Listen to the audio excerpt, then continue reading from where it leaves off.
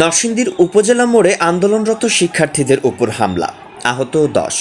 দেশে চলমান বৈষম্য বিরোধী ছাত্র আন্দোলনকে কেন্দ্র করে আবারও পুলিশি বাধা ও ছাত্রলীগ কর্মী দ্বারা আহত নরসিংদীর শিক্ষার্থীরা। এবারে শিক্ষার্থীদের উপর হামলায় ছাত্রলীগের সাথে অংশ নিয়েছে যুবলীগ ও আওয়ামী মহিলা লীগ। পুলিশের সামনেই লাঠিপেটা করে আন্দোলনকারীদের তাড়িয়ে দেয় ছাত্রলীগ ও যুবলীগের নেতাকর্মীরা। পূর্ব ঘোষিত প্রার্থনা ও ছাত্র জনতার গণমিছিল কর্মসূচি অনুযায়ী বিকেল ৩টার দিকে নরসিংদী সদর উপজেলা মোড়ে নরসিংদী প্রেস ক্লাবের সামনে একটি মিছিল নিয়ে আসে বৈষম্য বিরোধী ছাত্র আন্দোলনের শিক্ষার্থীরা।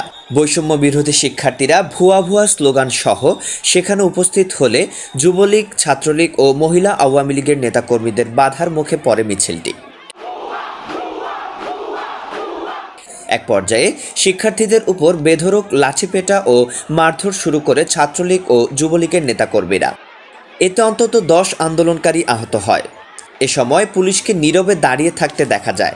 এ সময় উপস্থিত সাংবাদিকদের সামনে নরসিংদী সদর থানার ভারপ্রাপ্ত কর্মকর্তা ওসি তানভীর আহমেদ বলেন, আন্দোলনকারীদের সঙ্গে ছাত্রলীগের সামান্য হাতাহাতির ঘটনা ঘটেছে, এটা তেমন কিছু না। Narsingdi TV news desk.